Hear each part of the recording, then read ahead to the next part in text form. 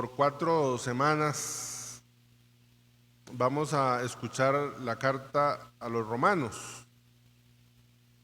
Los biblistas le llaman el Evangelio según San Pablo.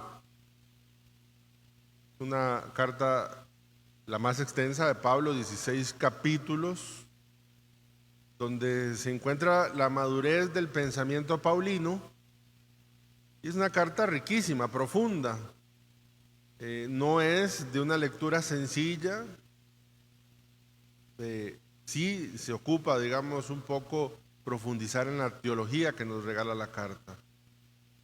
¿Qué pasa con la carta a los romanos? ¿O qué pasa con la comunidad cristiana en Roma? No la fundó Pablo, la había fundado Pedro. Pablo ni siquiera la conoce. Pero Pablo toma la decisión de, después de evangelizar hacia Oriente, irse a Occidente. Y obviamente Roma, siendo la capital del Imperio Romano, era un buen punto para poder llegar a España, donde es que él quería ir, como podemos leer en el capítulo 15 de la carta a los romanos. Esta comunidad era una comunidad dividida. Estaba formada por paganos que se habían hecho cristianos y judíos que estaban viviendo en Roma que se habían hecho cristianos. Se habían hecho tan fuerte que el emperador Claudio había echado de Roma a todos los judíos, no solo a los judíos de religión, sino a los judíos del pueblo. Y estuvieron afuera, digamos, unos 5 o 6 años más o menos. Y cuando regresan encuentran una comunidad cristiana que ya no practica cosas que tienen que ver con los judíos, ya no practican la circuncisión, los alimentos como el kosher ya no lo hacen, y entonces empieza a haber una discusión. Ese es el escenario más o menos de comunidad que tiene Pablo, y entonces le escribe. Pablo ha querido ir y ha intentado ir, pero no se ha podido por diferentes situaciones, hasta incluso un naufragio, y al final termina yendo a Roma, sabemos, preso.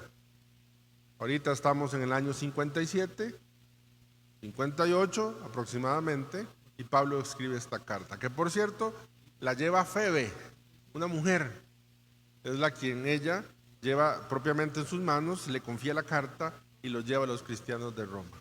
Se divide en 4 partes, el capítulo 1 al capítulo 4, el capítulo 5 al capítulo 8, del capítulo 9 al 11 y del 12 al 16. Hoy estamos ubicados en la primera parte. Disculpen esta introducción un poco así magistral, pero es muy importante para poder ubicarnos un poco con respecto a esta preciosa y esta rica carta del Evangelio según San Pablo. No lo conocen a Pablo. Entonces hoy Pablo se presenta y utiliza 3 títulos. Utiliza el título de siervo, dice: yo, Pablo, siervo de Cristo Jesús. El segundo título que utiliza: he sido llamado por Dios para ser apóstol y elegido por Él para proclamar el Evangelio. Siervo, apóstol y elegido. Quiere presentarse Pablo, y no solo con esos títulos, sino que detrás de ellos pues hay toda una teología que la comunidad cristiana de Roma va a ir entendiendo poco a poco.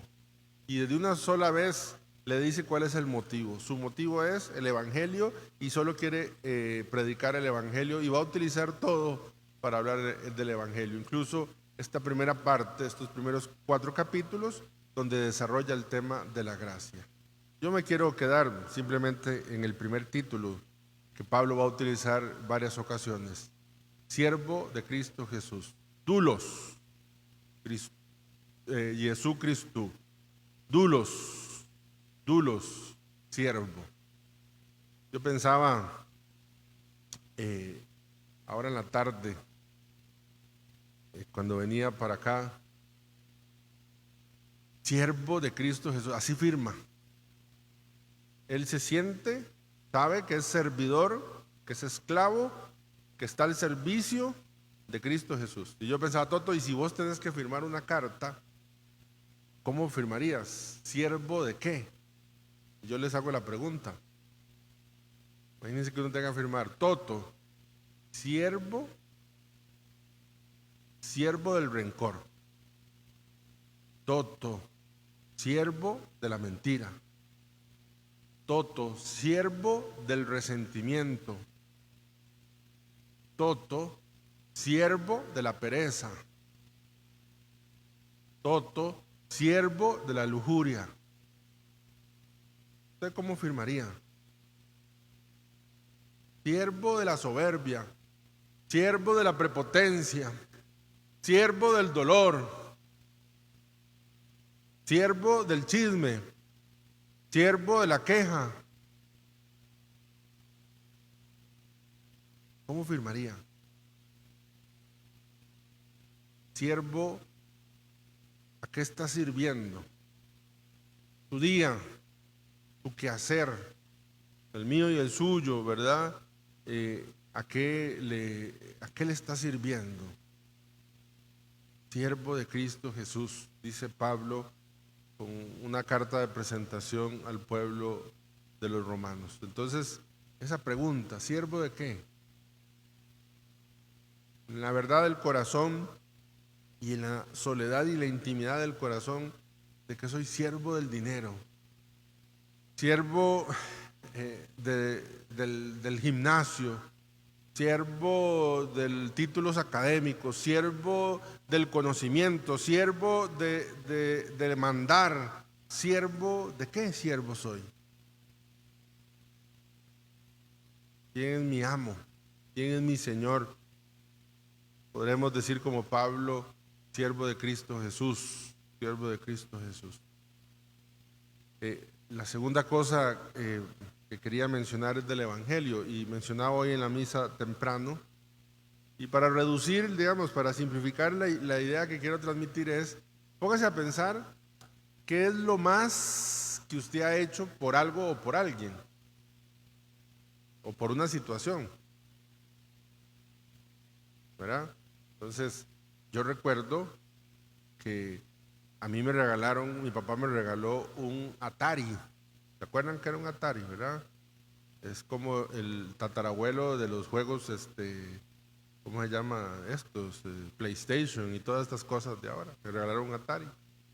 Y luego trajeron un Nintendo, y esa cosa fue una cosa maravillosa. Y llegó a mi vida Mario, ¿cómo se llamaba? Mario Bros. ¿Verdad? Mario Bros. Y aquel albañil que tenía que ir a rescatar la princesa y pelear con los... Y entonces, yo debo decir que aquellos, no sé cuántos, 16 años, no sé cuántos años tenía, perfectamente, yo empezaba a jugar a las 7 de la noche, después de hacer cosas del colegio, y amanecía jugando. Por poner un ejemplo. Entonces, ¿qué es lo que más he hecho yo por un juego electrónico? Pasar la noche en vela. Y entonces, y aquí hay alguien que es más que un juego electrónico. ¿Quién? Cristo. Entonces la pregunta es, ¿qué es lo más que has hecho por alguien? Y eso más que has hecho por alguien, lo has hecho por Cristo. Porque aquí hay alguien que es más que ese alguien. ¿Me explico?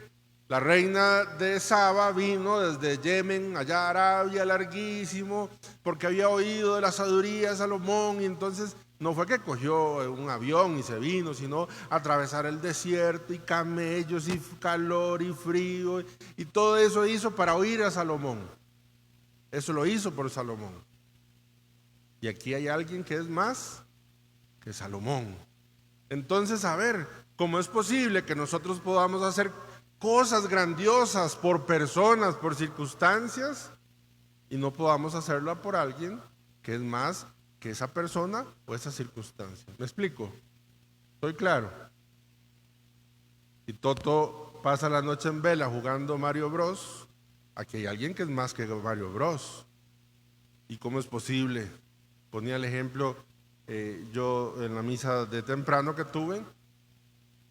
¿Cómo es posible que pueda yo pasar pendiente 2 horas de un partido de fútbol sin ninguna queja? Y ojalá se vayan a penales, porque qué bonito es muerte súbita, y no pueda una hora para la misa, y aquí hay alguien que es más que el partido de fútbol. A veces usted y yo somos capaces de hacer cosas por personas y no somos capaces de hacerla por Cristo, y es alguien que es más que Cristo. Porque en el fondo es lo que está diciendo Cristo. ¿Cómo es que somos capaces de hacer cosas por el jefe, por el trabajo, por el estado físico? Aquí hay alguien que es más que el jefe, más que el trabajo y más que el estado físico. Por eso creo que es un evangelio muy retante para nuestra vida. Es un evangelio muy retante para nuestra fe. Aquí hay alguien que es más que Cristo, ¿verdad? Llegar toda la noche bailando. Yo no sé si todavía existe Castro Bar. Una vez fui a bailar ahí yo. Y llegó toda la noche cansado, que no puedo yo ni caminar porque qué cansado de estar bailando toda la noche. Pero ya ahí no sos capaz de hacer una romería. Y aquí hay alguien más que un baile. ¿Sí me explico? Que podamos nosotros examinar. Creo que a veces estamos desbalanceados. Terminamos haciendo mucho por cosas que sí son importantes, seguro. Otras no tanto, pero digamos que sí son importantes, pero no somos capaces de hacerlo por lo más importante, por quien es más que eso que es importante para nosotros. Y entonces al final justamente es eso lo que nos va a condenar, o eso es lo que nos va a echar en cara. Como yo le puedo decir a un muchacho cuando me dice es que una hora es mucho, y entonces yo le voy a decir, ¿cómo me va a decir que una hora es mucho si ves 2 horas de un partido? Entonces lo que te está acusando sos capaz de 2 horas para un partido, y aquí hay alguien que es más que el partido. Eso es lo que está diciendo Cristo. Eso es lo que se lo está recordando a estos hermanos, que hay alguien que es más que Jonás, hay alguien que es más que Salomón. Aquí hay alguien que va a ser presente, alguien que es más que Jonás, que Salomón. Aquí hay alguien que quiere que nosotros seamos sus enviados, que somos sus elegidos y hoy sus siervos. Ojalá que podamos decirle: Señor, he servido a la pereza esta semana, he servido al enojo, he servido a la murmuración, y eso me cuesta mucho.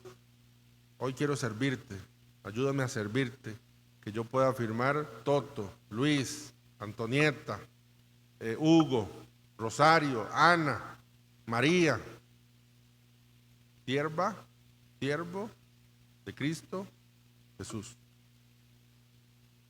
Gloria al Padre, al Hijo y al Espíritu Santo.